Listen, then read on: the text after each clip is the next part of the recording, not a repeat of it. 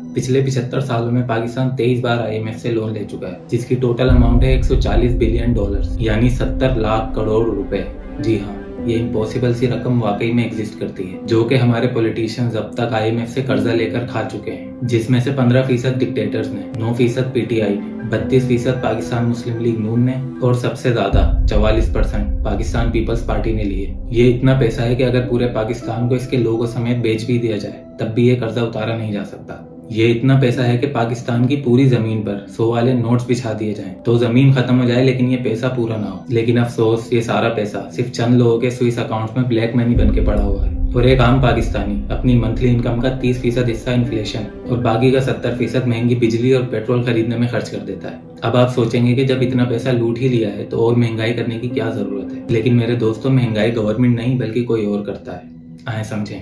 Imagine करें कि आपकी एक दुकान है जिसे चलाने के लिए आपने बैंक से कर्ज लिया हुआ है, जिसके बदले आपने वही दुकान गिरवी भी रखवाई हुई है और आपको कर्जा देते वक्त बैंक ने ये शर्त रखी थी कि आप चीजें मेरे हिसाब से महंगी करके बेचेंगे ताकि आप मेरा कर्जा जल्द से जल्द उतार सकें। तो यहाँ वो दुकान है पाकिस्तान, और महंगाई होने का सीधा ताल्लुक उस कर्ज से है जो हमने IMF से ले रखा है। IMF, इंटरनेशनल मॉनेटरी फंड, वो इदारा है जिसे दुनिया के तमाम 190 मुल्कों ने अपनी फाइनेंशियल स्टेबिलिटी के लिए बनाया था ताकि गरीब मुल्क भी तरक्की कर सकें। सीधी जबान में एक बैंक जो लोगों की चीजें गिरवी रखकर उन्हें सूद पर कर्ज देता है। फर्क बस यह है कि इस बैंक में कर्ज लेने वाले से नहीं बल्कि गिरवी रखी हुई चीज से वसूल किया जाता है, और गिरवी रखी हुई चीज है हमारा पाकिस्तान। दुकान चलाने वाले कर्ज ले लेकर चेंज होते रहते हैं और पाकिस्तान पर कर्जा बढ़ता रहता है, जिसका सीधा बोझ आपके और मेरे कंधों पर टैक्स की सूरत में गिरता है। और आज हमारी हालत ये हो चुकी है कि महंगाई की वजह से 60% पाकिस्तानी किसी न किसी नफसियाती मर्ज का शिकार है और हालात से मजबूर। रिश्वत, करप्शन, झूठ, स्ट्रीट क्राइम, सीधी जबान में चंद पैसों की खातिर लोग अपना जमीर बेचने पे मजबूर है। भूखा तो खैर आज भी कोई नहीं सोता,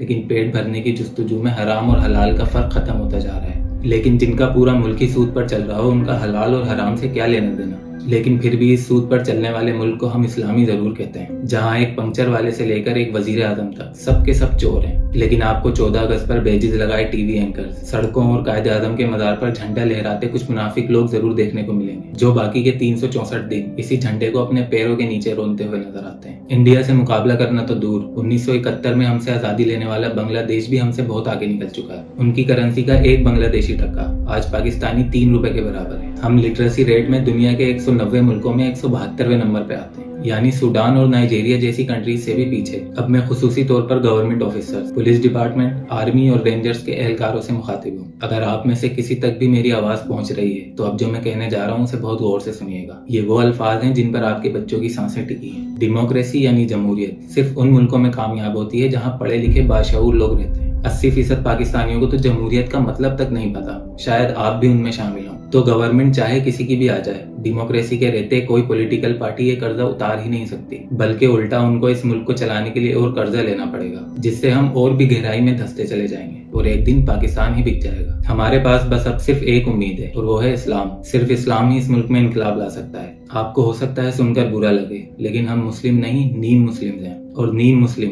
इस्लाम के लिए काफिर से भी ज्यादा खतरनाक होता है। खिलाफत का डंडा और सख्त शरई कानून ही हम पर लगाम लगा सकते हैं, वरना डेमोक्रेसी तो हम बेमान लोगों के घर की लौंडी है, और ये गलत हाथों में आ जाए तो क्या होता है उसकी मिसाल इस पूरी दुनिया में पाकिस्तान से बेहतर और कोई हो ही नहीं सकती। नीम मुस्लिम ही सही, लेकिन इतना तो सबको पता होता है कि इस्लाम मुल्क से बड़ा होता है। चंद पैसों के लिए जिस गवर्नमेंट के आप मुखलिस बने हुए हैं, वो आपके बच्चों के मुस्तकबिल के लिए सबसे बड़ा खतरा है। तो आप सब और बाकी पाकिस्तानी बाकी झंडों के नीचे से निकलें और इस्लाम के झंडे के नीचे एक हो जाएं, इससे पहले कि पाकिस्तान इस दुनिया के नक्शे से ही मिट जाए।